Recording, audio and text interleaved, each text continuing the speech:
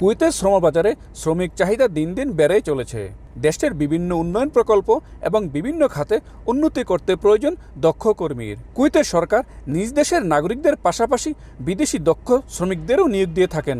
স্বাস্থ্যসেবা খাতে চিকিৎসক, নার্স এবং নির্মাণ খাতে দক্ষ কারিগর, মিস্ত্রি ও প্রকৌশলীদের যেমন চাহিদা রয়েছে, তেমনি বিভিন্ন সেবা খাতে প্রশাসনিক দক্ষতা সম্পন্ন কর্মীরও রয়েছে ব্যাপক চাহিদা।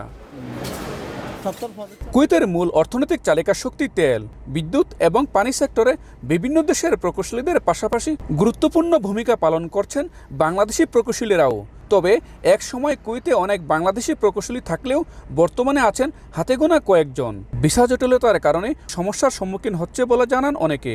বাংলাদেশ সরকারকে এ বিষয়ে উদ্যোগী হওয়ার আহ্বান জানান কুয়েতে কর্মরত বাংলাদেশি প্রকৌশলীরা। নতুন ইঞ্জিনিয়ার না আসার কারণ যেটা হলো ভিসার সমস্যা। ভিসাটা যদি খোলা থাকতো ব্যক্তিগতভাবেও অনেকেই হয়তো আসতে পারতো চাকরি নিয়ে ইঞ্জিনিয়ার হিসাবে বা প্রফেশনাল হিসাবে। সরকারিভাবে এখানে ইঞ্জিনিয়ার বা প্রফেশনাল আনার উদ্যোগ নেয়, সেটা আরও ভালো হয়। কুয়েতে জনশক্তি নিয়োগে বাংলাদেশ সহ কয়েকটি দেশকে নিতে হয় বিশেষ অনুমতি বা লামানা।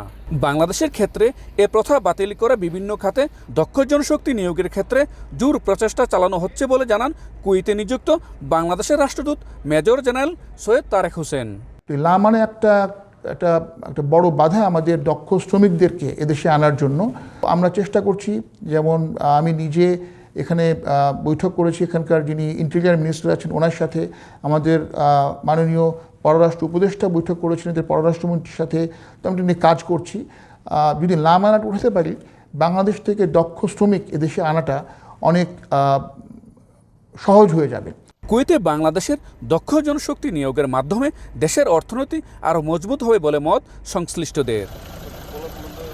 মঈন সুমন, সময় সংবাদ, কুয়েত।